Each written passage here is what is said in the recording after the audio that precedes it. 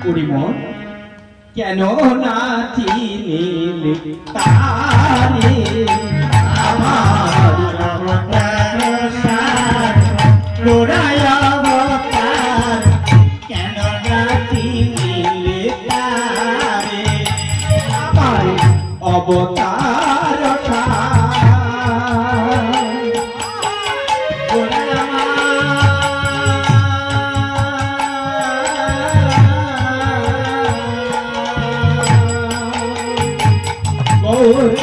হরি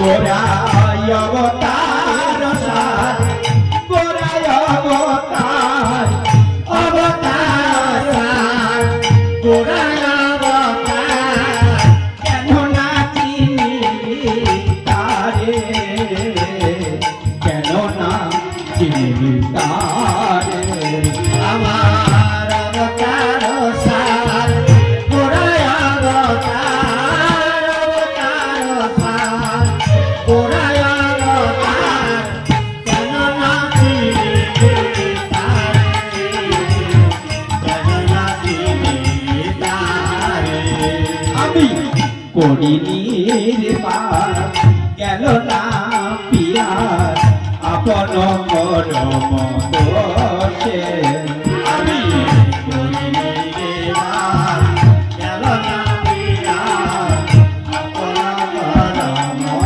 দোষে কণ্ঠকের তোর যতনে সে দিল কণ্ঠকের তোর যতনে সে দিল আমি কণ্ঠকের তোর যতনে সে দিল কণ্ঠকের তোর যতনে সে দিল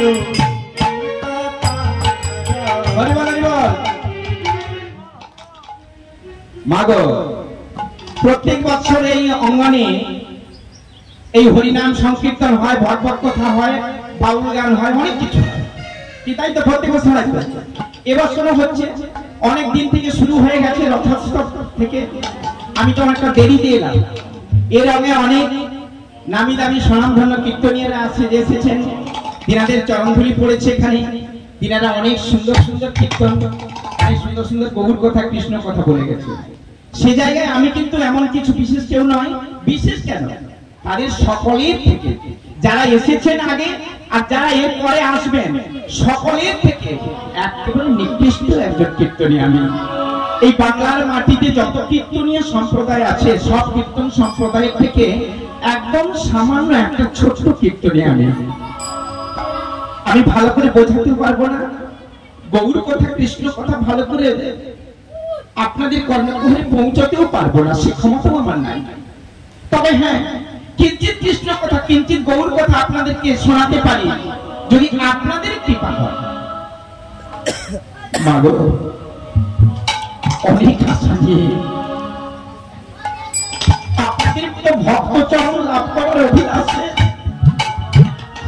শুধু গ্রামে নয় গ্রাম থেকে গ্রামান্তরে দেশ থেকে দেশান্তরে শুধু আমার মতো পাগল আমার মতো কিনা একদম প্রেমিকে ঘুরে গেলেন আপনারা সেইভাবে একটু কৃপা করবেন তবে বিষয় মধ্যে যাওয়ার পূর্বে একটা কথা আমি বলে রাখি কীর্তন শুধু শুনলে হবে না কীর্তনের কথাগুলোকে বুঝতে হবে কেন কীর্তন আমরা শুনবো কেন হরিবাসরে যাব কেন ভগবানকে ডাকবো কেন ভগবানের কাছে গিয়ে প্রার্থনা করবো কি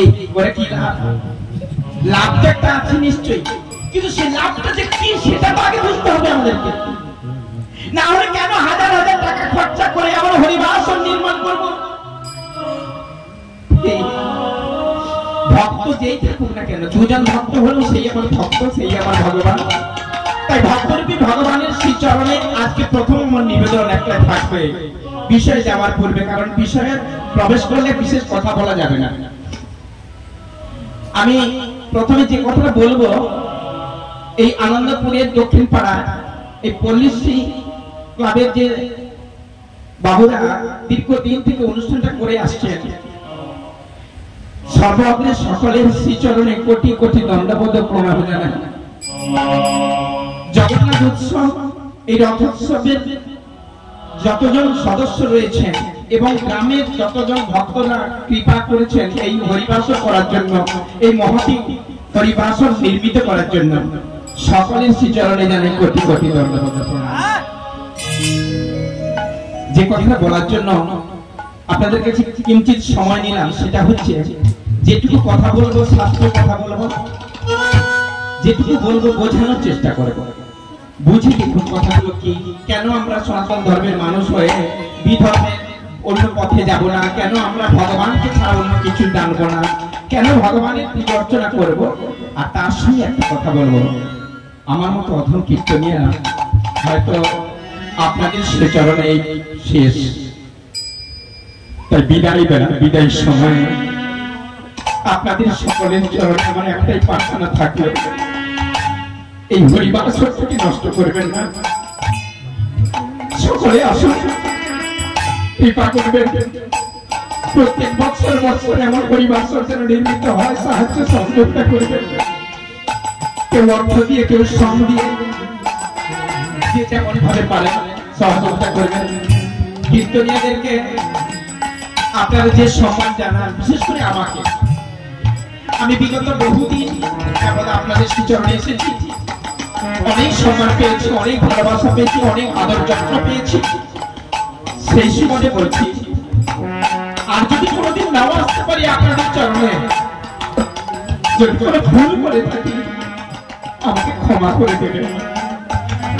আর যদি খারাপ কিছু বলে থাকি, কারো মন করে একটু আঘাত দিয়ে থাকি কোনোদিন, তার জন্য ক্ষমা শুধু নয়, আপনারা উচিত শিক্ষা দেওয়ার জন্য উচিত শাস্তি প্রদান করতে পারেন। যদি কোনো ভালো কিছু পেয়ে থাকেন তাহলে আমার জগন্নাথের কৃপা, গৌরীর কৃপা, আপনাদের মতো গৌর ভক্তের কৃপা। আর যদি খারাপ কিছু আমার মধ্যে থেকে পেয়ে থাকেন সেটা সম্পূর্ণ আমার নিজস্ব, এই জন্য আমি কাউকে দোষ দিচ্ছি না। তাই আজকে অনেক কিছু সবার করেছি, শুনবি অনেক কিছু আগামী দিনে শুনবো। আজকে যে বিষয়গুলো আলোচনা করব, আমি পদটার মধ্যে থামিয়ে দিলাম কেন না, পদকর্তা বললেন অবতারের সার গোড়ায় অবতার, কেন না চিনিনি তারে, করি নিরে বাস, কেন না পিয়াস, আপন কর্ম ফেরে। গানের ভাষাটা ছিল, এই ভাষাটার মধ্যে কি কি বললেন সেটা একটু আমি আপনাদের কাছে ভালো করে বোঝাতে চাইছি, বুঝে দেখুন কি বলছেন উনি। অবতারের সার, অনেক অবতার হয়েছেন গৌর হরিয়া, সত্যযুগে নারায়ণ, ত্রেতা যুগে রামচন্দ্র, তারপর দাপর যুগে কৃষ্ণ ভগবান, কলির গৌরাঙ্গ মহাপ্রভু। এই চারটা যুগ, চারটা যুগের মধ্যে সেরা অবতার, অবতারের সার বললেন শ্রেষ্ঠ অবতার এই গৌর অবতার। কেন না, গৌর অবতার এই জন্য শ্রেষ্ঠ বললেন, এর পূর্বে যত রূপে অবতার রূপে এসেছেন ভগবান, এমন সুকর্ম কোনদিন কাউকে করেন না, কারোর প্রতি এমন দয়া ভাব দেখায় না। কিনা কি বললেন না, সেদে নামে বিলালো, নামে বিলালো, নাম বিলালো,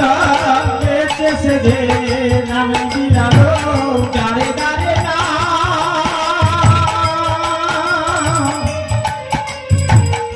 আজ বলাইল,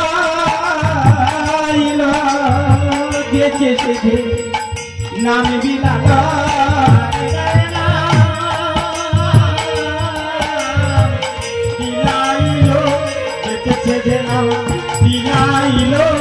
দারে দারে নাম বলাইলো, যে নাম বিলাইলো, দারে দারে নাম বিলাইলো, যে নাম বিলাইলো, যে কারো বাকি রাখলো নায়া, যে নাম বিলাইলো, কারো বাকি রাখলো নায়া, যে নাম বিলাইলো, হাতে ধরে পায়ে পড়ে, হাতে ধরে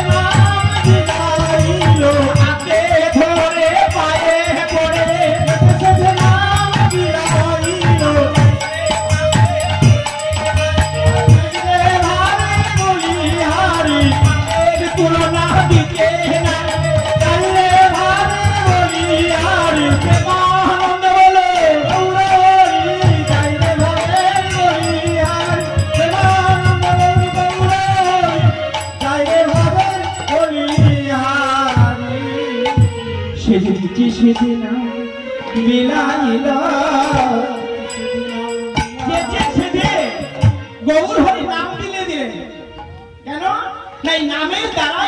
জীব উদ্ধার হয়ে যাবে।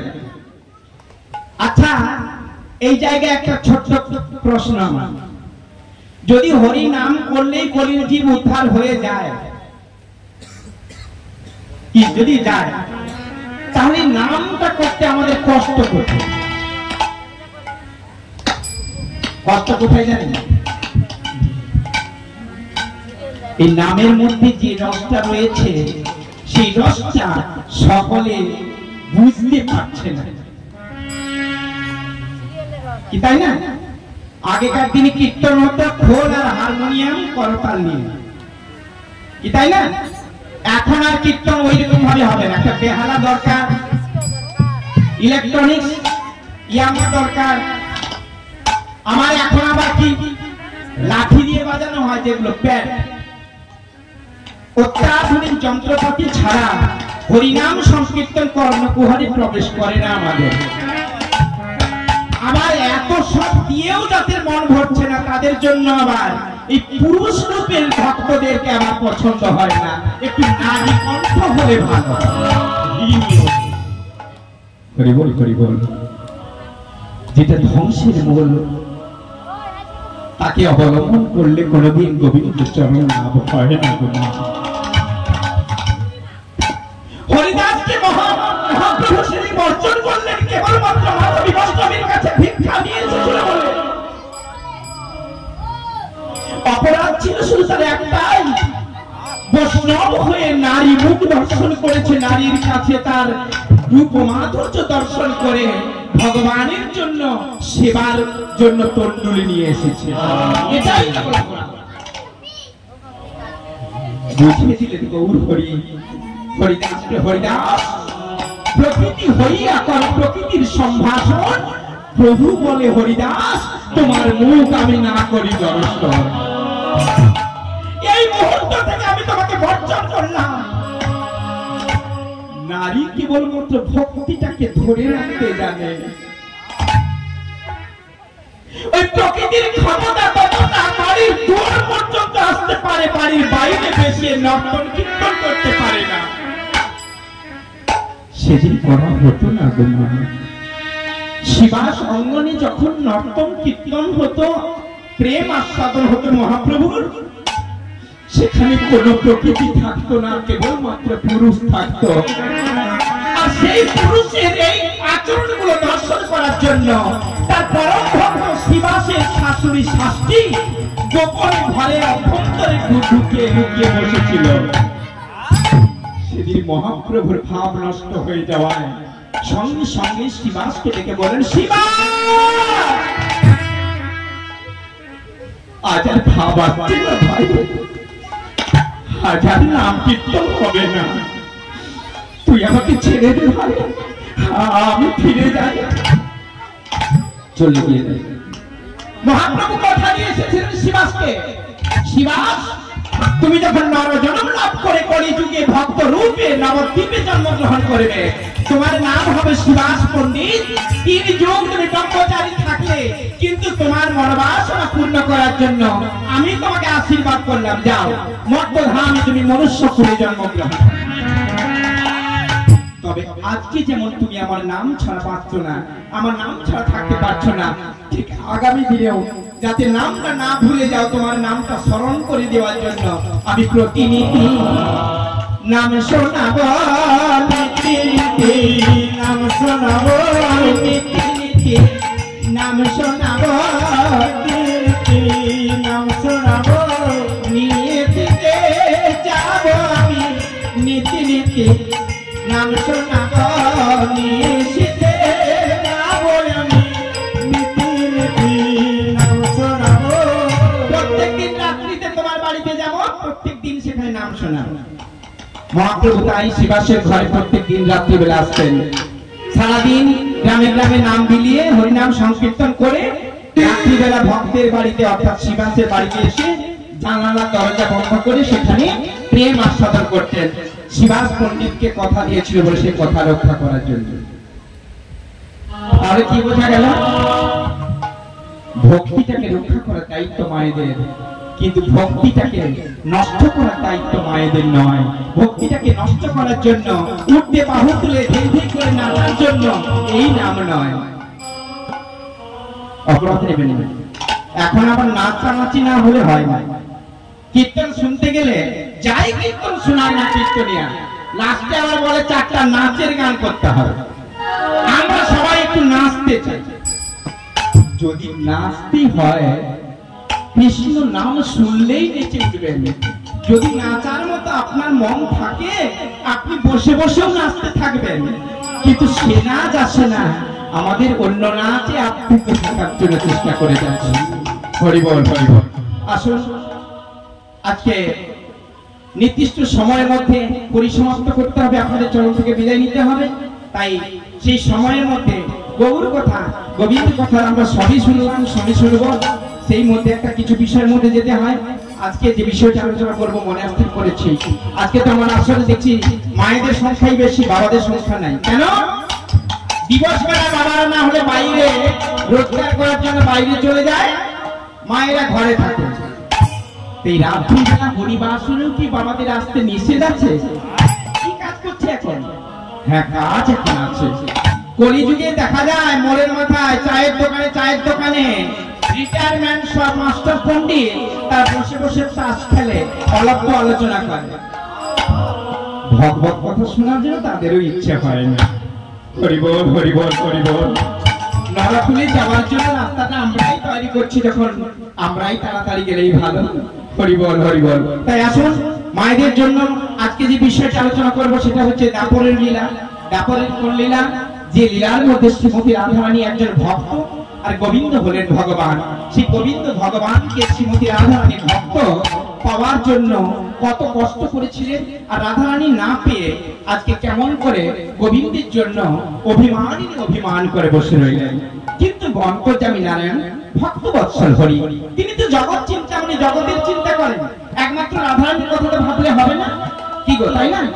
তো যে ভক্তরা দেখতে ভালো সুন্দর, যে ভক্তের বেশি টাকা, ভগবান কি তাকে শুধু কৃপা করবেন? যে মানে দেখতে কালো, যে খোঁড়া, যে পথ থেকে বেরোতে পারে না, কিংবা যার কোনো টাকা পয়সা নেই, ঘর বাড়ি ভালো নেই, তাহলে ভগবান কি তাকে দেখবে না? তাকেও দেখবে। হ্যাঁ, তবেই তিনি ভগবান। সমপরিমাণ সকলকে দর্শন করে। আমি বিষয়বস্তুর মধ্যে যাব। বিষয়টা আজকের হবে মাথুর লীলা। মাথুর মানে অভিমান। মাথুর কথার অর্থ হচ্ছে অভিমান। অভিমানিনী মা রাধারানী অভিমান করে বসে রইলেন, গোবিন্দকে সাড়া দিলেন না। আজকে সেই লীলা করব। কিন্তু অন্তর্যামী নারায়ণ কেন এমন কর্ম করলেন, কেন রাধারানীকে কষ্ট দিলেন, সেটা তো জানতে হয়। তার মধ্যে জানা যাবে আজকের বিষয়ের মধ্যে রাধারানীকে কেন কেউ মা বলেন। কেন রাধারানীকে মা বলেন? কি কেউ তো রাধারানীকে মা রাধা বলি না? কেন বলি না? তার কারণ কি? রাধারানী কি সত্যি মা নয়? সেটা জানা যাবে আজকের মধ্যে। আজকে বিষয়ের মধ্যে আরেকটা কিছু জানা যাবে, যেটা হচ্ছে আজকে ভক্ত আর ভগবান কেমন করে দুজন দুজনকে পাওয়ার জন্য উন্মাদের মতো ছুটতে থাকেন। ভক্ত যেমন কষ্ট হয় ভগবানকে না পেলে, ভগবানের কষ্ট হয় তার প্রকৃত ভক্তকে না পেলে।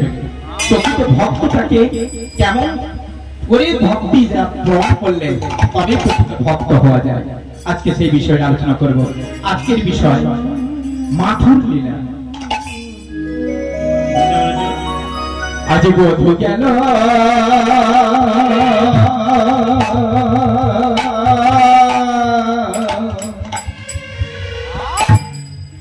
আমার মধু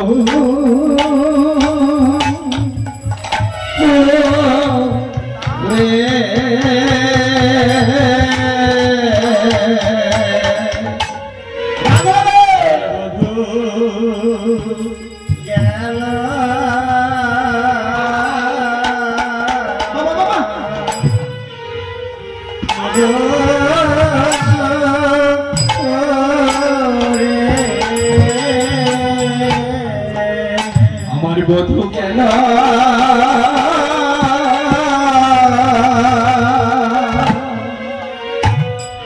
আমার মধু রে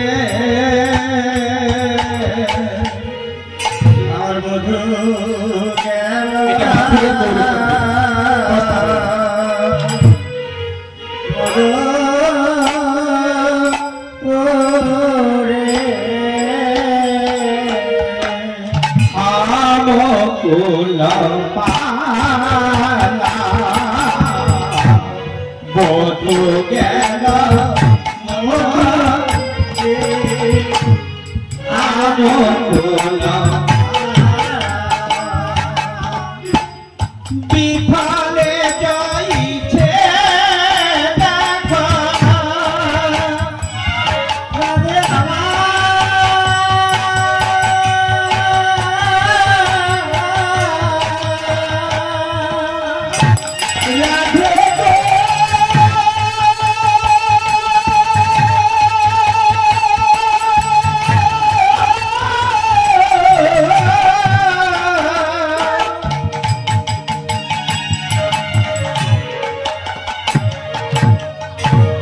বিফলে যাইছে দেখো মালতীর মালা মালতীর মালা বিফলে যাইছে দেখো বিফলে যাইছে দেখো মালতীর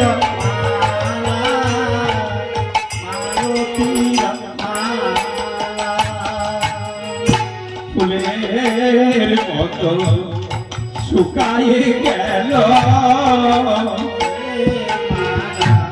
শুকায়ে গেল ফুলের মতো শুকায়ে গেল ফুলের মতো শুকায়ে গেল মধুর কথা ভেবে ভেবে ফুলের মতো শুকায়ে গেল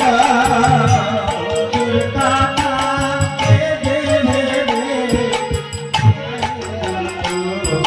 শুকায়ে গেল। এই মালতীর মালা যেমন কিছু সময় অতিবাহিত হওয়ার পরে সুন্দর গাছের সেই সুন্দর ফুলটা একটু একটু করে শুকিয়ে যায়। আমার প্রাণবন্ধুর জন্য আমি পথে বসে বসে এই ফুলের মালার মধ্যে আমি যে শুকিয়ে গেলাম সই আমার এই পথ যাওয়ার কি শেষ হবে না সখী? ওরে ললিতে ওরে অভিষেকা বলনা সই আমার প্রাণবন্ধু সেই যে গেল মধুপুরে এখনো তো সে ফিরে এলো না।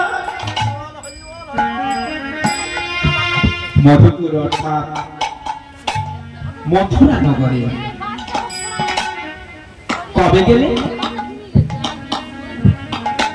গিয়েছেন সেদিন যেদিন অক্রূর কৃষ্ণকে নষ্ট করার জন্য কৃষ্ণকে বধ করার অভিলাষে অনেককে পাঠানো সকলে পরাস্ত হয়ে ফিরে এলো, কিন্তু ছোট্ট গোপাল কৃষ্ণ যশোদা নন্দন হরি তাকে কেউ পরাস্ত করতে পারলো না, বধ করতে পারলো না। সর্বদা একটা নামই তার কর্ণে শুধু ভেসে ওঠে, কংসের কর্ণে কি কথা? কৃষ্ণ কৃষ্ণ কৃষ্ণ কৃষ্ণ। কেন? আকাশে বাতাসে সর্বদা যেন একটাই নাম ভেসে আসছে, একটাই নাম তার কানে এসে বাজছে, নামটা শুধুমাত্র কৃষ্ণ। সবাই বলছে কংসকে বধ করবে কেবলমাত্র কৃষ্ণ। সবাই বলছে কৃষ্ণ যখন আছে কংসের এই দুরাচারই আর বেশি দিন নয়। কি গো মা, শত্রু হলেও প্রাণ ভয় তো সকলের আছে, কি বেঁচে থাকার ইচ্ছে সকলেরই হয়। কংস রাজারও ছিল, এতদিন রাজত্ব করেছে যেমন তেমনি ভাবে আরো রাজত্ব করে যাবে, কিন্তু কোনোদিন বুঝতে পারে না যে দেবকীর ওই গর্ভ সন্তানটি কোন ক্রমে বৃন্দাবনে যে প্রতিপালিত হচ্ছে, যার নাম কৃষ্ণ, সেই কৃষ্ণ নাকি তার প্রাণ হত্যা করে। তবে একটা অহংকার ছিল। কি অহংকার? না, অহংকার একটাই যে আমি রাজা অধিরাজ। আমি যদি মনে করি এই বিশ্ব চরাচরে এমন কেহ নাই আমাকে পরাস্ত করতে পারে, আমাকে প্রাণে মারা তো দূরের কথা, আমার ধারে কাছেও কেউ আসতে পারে না। এই অহংকারটা ছিল। ভাগো বড় বড় অপরাধ করলে বড় বড় শাস্তি হয় কঠিন, কি তাই হয় না? এখন আবার শাস্তি টাস্তি আর হয় না তেমন, এখন আর শাস্তি বাস্তি তেমন হয় না। আপনি খুন করে ফেলেন, আপনার বেকসুর খালাস হয়ে যাবে যদি আপনার একটু পকেটে ভাত থাকে আর যদি আপনার একটু লোক বল থাকে। কিন্তু ছোট্ট ভুল হলেও যেটা হলো আমাদের সকলের মনের মধ্যে আছে, কাম, ক্রোধ, লোভ, মদ, মোহ, মাশ্চর্য, এই ছটা রিপু, এই ছয়টা রিপু যতক্ষণ আছে এর মধ্যে সবথেকে তেজস্বী যে সে হচ্ছে কাম, আর তারপরে যিনি রয়েছেন দ্বিতীয় তিনি হলেন ক্রোধ। এই রাগ যদি এসে যায় একবার, দেখবেন আপনাকে অধঃপতনে নিয়ে যাওয়ার জন্য আর কাউকে লাগবে না, আপনি নিজের রাস্তা নিজেই তৈরি করে ফেলেছেন। কেন না, ক্রোধ আসলেই তারপরে অহংকার, আর অহংকারের একটা নাম হলো বিকার। তাই শাস্ত্র বলেছেন, এই বিকার যদি জন্মায় শরীরে, চলিয়া উত্তম পথে সিঁড়ি হইতে ফেরে।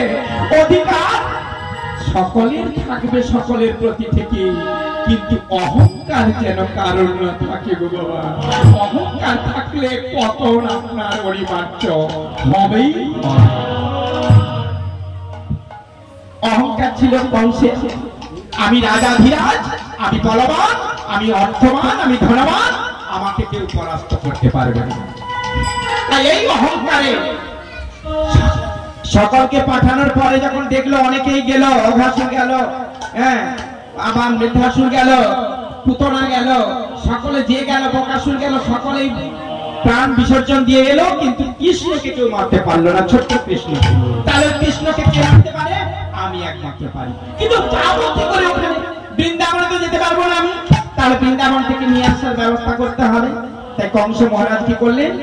ছলনার আশ্রয় নিলেন, একটা পত্র লিখেছিলেন। পত্রের মধ্যে লোভের লালসা একটা লেখা পত্র, নামটা লেখা রয়েছে, আগামীকাল আমার অঙ্গনে, আমার রাজপ্রাসাদে একটা যজ্ঞের অনুষ্ঠান করব। যজ্ঞটা কি? যজ্ঞটা হচ্ছে ধনুর যজ্ঞ। এই যজ্ঞে যদি কেউ ধনুটাকে ভেঙে দিতে পারে, তাকে আমি অর্ধেক রাজত্ব দিয়ে দেব।